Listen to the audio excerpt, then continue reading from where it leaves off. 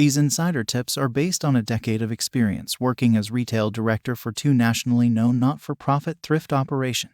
They will help you turn money into stuff and back into more money. One important thing that is often underestimated is where you shop. It has a huge impact on what you find and how much you pay. Fun fact, though people are willing to drive long distances to shop thrift, they don't drive far to donate. So donations tend to reflect the neighborhood the store is located in. Thrift store gems can be found everywhere. The kind varies from area to area. Stores in frozen and time communities can be excellent places to find unusual, vintage, and antique items. Think of the towns that manufacturing abandoned years ago, as well as some farming communities. Those long-time residents are getting older. Their kids moved away and don't want their parents' stuff. When they downsize, they often donate to local thrift. They seldom realize how much things like that 80-year-old Monopoly game is worth. More often than not, the thrift store doesn't spot the value either. If you are a vintage or collectible shopper, these communities can be gold mines worth the drive. Their pricing is also usually lower because they are serving a lower income community. At a store I used to work with in one of those neighborhoods, we found actual gold.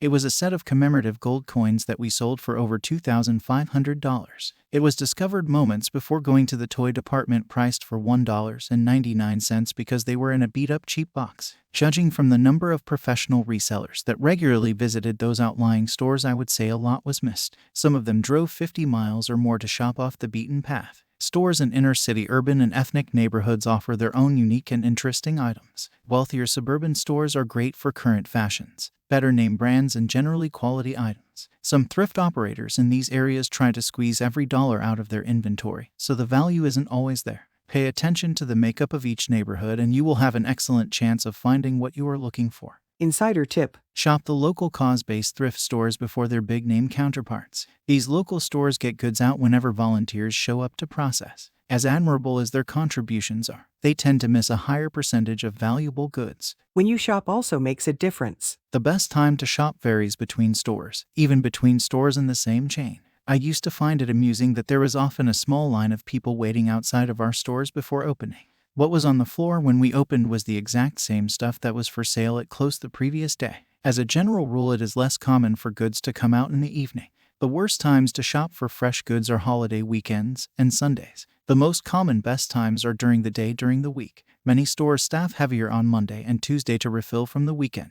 Friday they are prepping. Saturday morning can also be a win. Again, this varies between stores. High-volume locations try to produce open to close. An important strategy: warm up to a couple long-term employees. Be nice to them, chat them up, and they can give you the scoop. Get to know them well enough they might even volunteer extra info. Knowing if 1 or 5 people are pricing goods on a particular day can have a big impact on how long you stay at one location.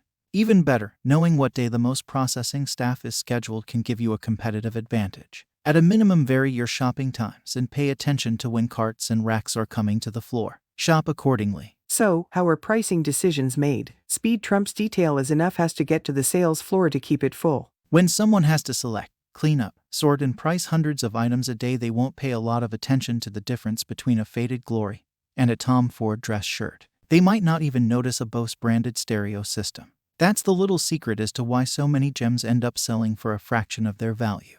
It's also why some prices seem crazy. For example, I recently stopped at a Savers thrift shop looking for a commercial-grade dry erase board.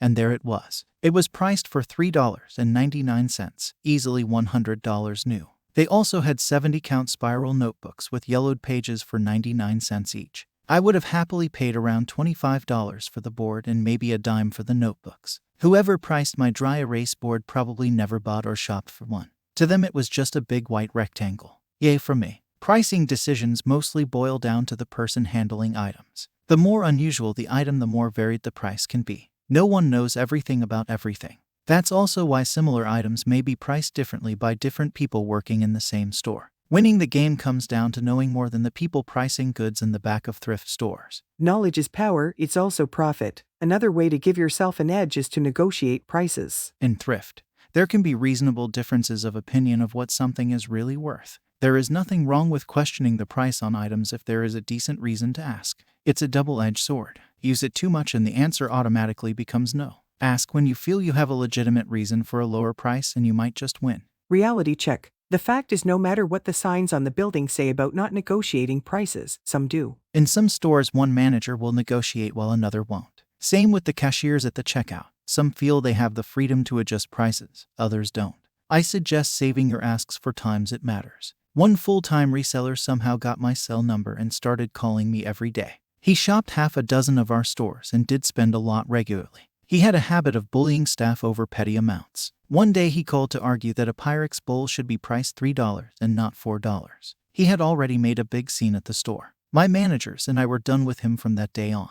He didn't quit complaining, but he kept spending money. Today's quote: "It's your road and yours alone. Others may walk it with you, but no one can walk it for you." Rumi.